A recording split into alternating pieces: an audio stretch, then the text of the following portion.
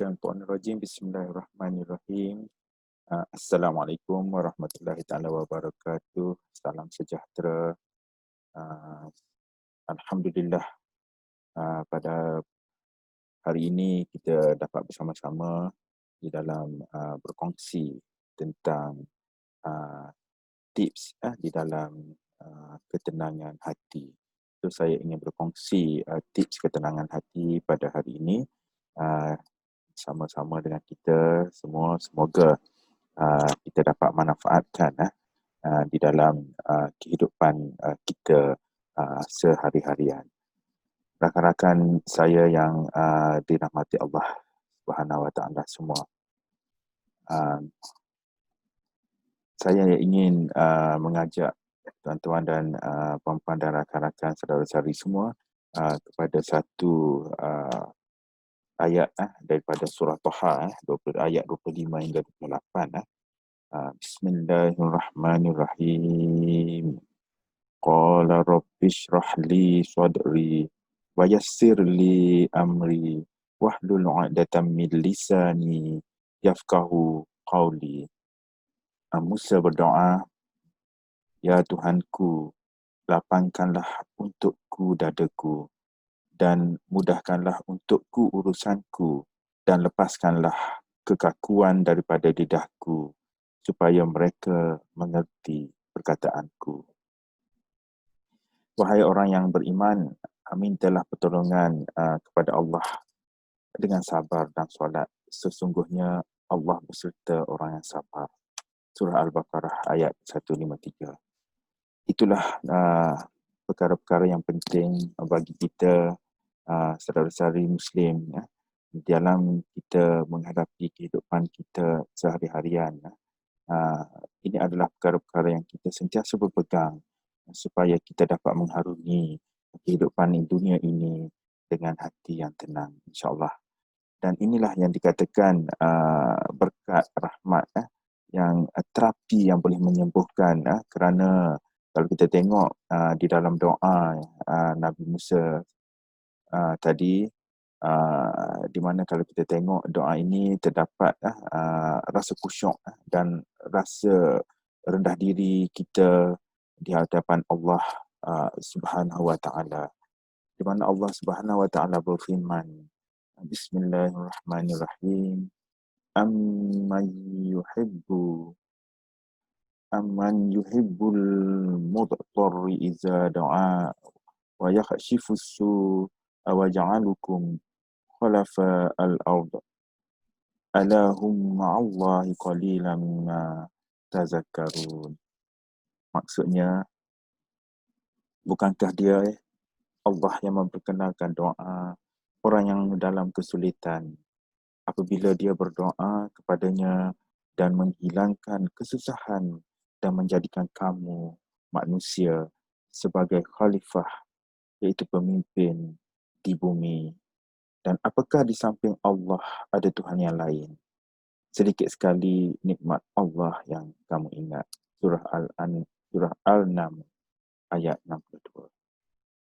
Dan inilah sama-sama kita lihat, sama-sama kita hayati ayat yang firman Allah Subhanahu Wa Taala kepada Musa sebagai satu contoh bagi orang yang bertawajuh kepada Allah Subhanahu Wa Taala, agar jiwa mereka dibuang daripada rasa sedih, dipenuhi rasa tenang dan hikmah serta sabar dalam kita menghadapi cubaan di dunia ini. Dan Allah Subhanahu Wa Taala telah berkomunikasi dengan Nabi Musa di Bukit Tur Sina, kemudian menjadikan beliau sebagai seorang nabi yang diperintahkan untuk membawa risalah Allah Subhanahu Wa Taala dan kemudian menyampaikannya kepada Firaun beserta para pengikutnya yang sesat. Dan pada waktu itu kalau kita lihat Nabi Musa memohon kepada Allah Subhanahu Wa Taala agar dipermudahkan urusannya. Dan sebab itulah di dalam kehidupan hari-harian kita doa supaya kehidupan kita dipermudahkan urusan kita, urusan dunia kita dan urusan akhirat kita. Dan beliau berdoa kepada Allah Subhanahu Wa Taala agar hatinya ditenangkan, dilembutkan serta penuh kasih sayang apabila menghadapi para musuhnya. Sebagaimana Nabi Musa telah memohon kepada Allah Subhanahu Wa Taala agar hati Firaun dilembutkan dan mahu mendengarnya. Allah Subhanahu Wa Taala berfirman kepada Musa dan saudaranya Harun yang dalam surah Toha ayat 46 yang bermaksud Allah Subhanahu Wa Taala berfirman, janganlah kamu berdua khawatir, sesungguhnya aku bersama kamu berdua. Aku mendengar dan aku melihat. Nabi Musa juga memohon kepada Allah Subhanahu Wa Taala agar beliau berkata-kata dengan fasih sehingga orang mahu mendengar dan faham apa yang dia sampaikan. Oleh kerana itulah setiap mukmin, kita semua hendaklah berdoa kepada Allah Subhanahu Wa Taala agar ditenangkan hati kita, ditundukkan segala kesukaran yang kita uruskan dalam kehidupan dunia kita, serta dibukakan jalan keluar daripada bencana. Firman Allah Subhanahu Wa Taala dalam surah Al-Talaq ayat yang ketujuh yang bermaksud hendaklah orang yang mampu memberikan nafkah menurut kemampuannya, dan sesiapa yang disempitkan rezekinya hendaklah dia menafkahkan daripada apa yang diberikan Allah kepadanya. Allah tidak memberati seseorang melainkan sekadar yang diberikan Allah kepadanya.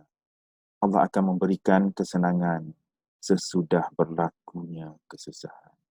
Dan insya-Allah kita sama-samalah sentiasa berdoa kepada Allah Subhanahu Wa Taala agar kita sentiasa diberi kesenangan, ketenangan dan dipermudahkanlah segala urusan kita di dunia. Dalam ayat yang lain Allah Subhanahu Wa Taala juga telah berfirman iaitu dalam surah Al-Insyirah ayat 5 hingga 6 yang bermaksud maka sesungguhnya bersama kesulitan ada kemudahan. Sesungguhnya bersama kesulitan ada kemudahan. Oleh itu, sama-samalah kita sentiasa berdoa sebagai seorang Muslim. InsyaAllah, semoga urusan kita di dunia ini, urusan kita di akhirat nanti sentiasa dipermudahkan oleh Allah Subhanahu Wa Taala dan kita sama-sama diberi keterangan oleh Allah Subhanahu Wa Taala dan dipermudahkan segala urusan kita, insya-Allah. Saya rasa itu saja untuk hari ini, sama yang saya dapat kongsikan dengan saudara-saudari semua. InsyaAllah kita akan berjumpa lagi di dalam siri-siri yang lain, insyaAllah. Assalamualaikum warahmatullahi taala wabarakatuh.